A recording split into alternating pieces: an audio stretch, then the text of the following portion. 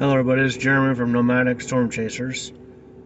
That's some very sad news. Bonnie is in the hospital. She's got cirrhosis of the liver. Um, we went 2 days ago. She said she was having a hard time breathing.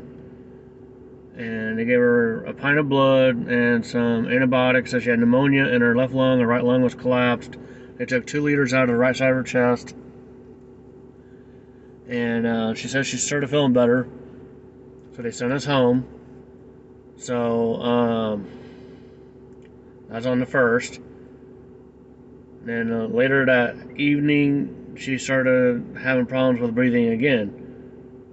And then the next day, yesterday morning, she started having more and more difficult time breathing. So I went and bought a nebulizer, and we had the prescription filled to get the albuterol sulfate liquid. She did between 12 noon and 9 o'clock at night. She did 5 treatments, 5 vials of albuterol sulfate, and it still was not helping her breathing. And she was being very incoherent, talking gibberish, her eyes rolling in the back of her head. She was shaking. So I called 911, got an ambulance out there, and she was capable of getting up and walking out the camper down the 3 steps to the ambulance.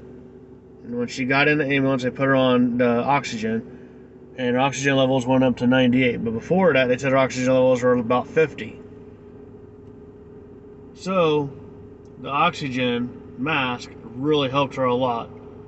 So I thought everything was going to be better. So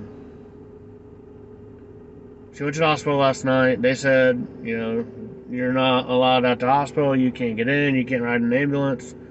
So I stayed home, got a little sleep. I got a couple hours sleep. I got up at 5 in the morning, started making calls. It's just not looking good. Overnight, breathing became non-existent. She had to have a ventilator to keep her breathing because she could not breathe on her own. She has severe UTI, and it's making them think because of cirrhosis of the liver, one of the things that liver failure can do is mess with the kidneys. So they're thinking her kidneys might be failing also. She had low blood count, low blood pressure. So I drove to the hospital. I gave consent to get her blood, give her an artery IV out of the throat.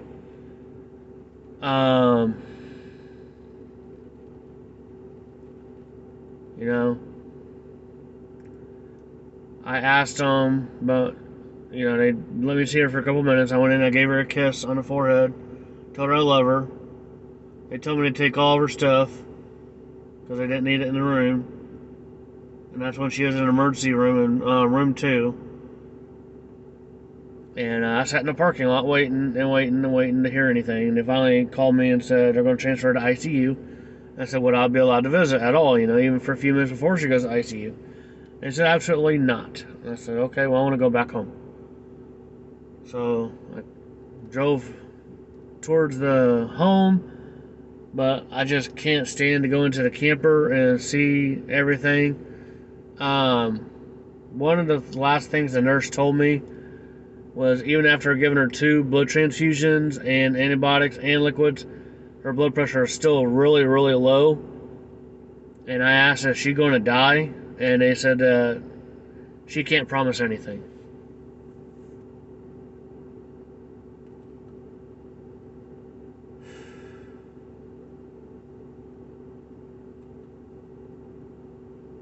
My birthday is February 6th. I'll be 44. The only thing I want for my birthday is for my wife to be home with me and feeling good and healthy. That's all I want. I don't want nothing else. I don't care about nothing else.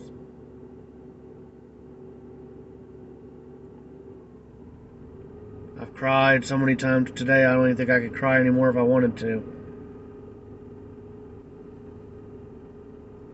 I feel hopeless. I feel lost. I'm losing my best friend, my wife, my soulmate, my everything. And I felt this just big, huge hole in my chest. I feel numb. I just want to scream and rip things to pieces and just start breaking things and I just want to go primal rage type of thing. Right now would not be a good time for somebody to mess with me or say anything stupid to me, because I'd probably rip their head off after and make them blink.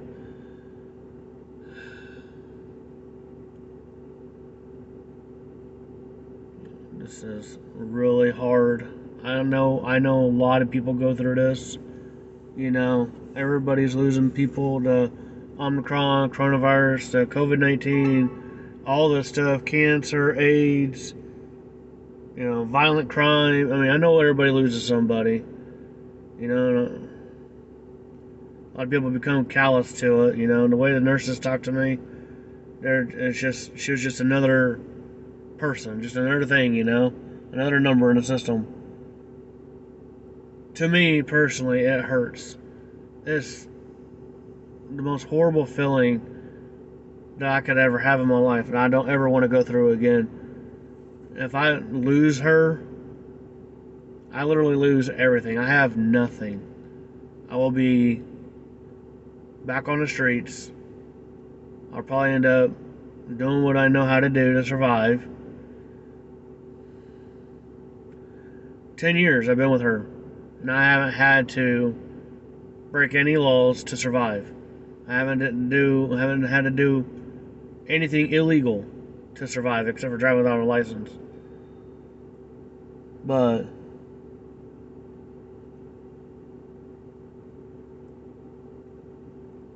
I don't know what the future holds for us. I don't know what the channel holds, because it's Nomadic Storm Chasers. It's both of us. It's two people. I don't know, everybody. I just wanted to share with you guys what's going on. And, that's all I can say right now. Just, watch our videos, watch all our older videos, and see how we led our life. All of our videos were not pre-planned. Our videos, every video, basically, except for some of the newer ones, were on a whim. Something was happening, and just record it real quick, Spontaneous life. So, if you guys can, watch our videos, remember her laugh, pray to whatever you believe in, send good vibes, whatever y'all can do, that she doesn't pass away. I know she will someday, I know I will someday, but just not right now. Alright, this is Nomadic Storm Chasers out. Love you guys.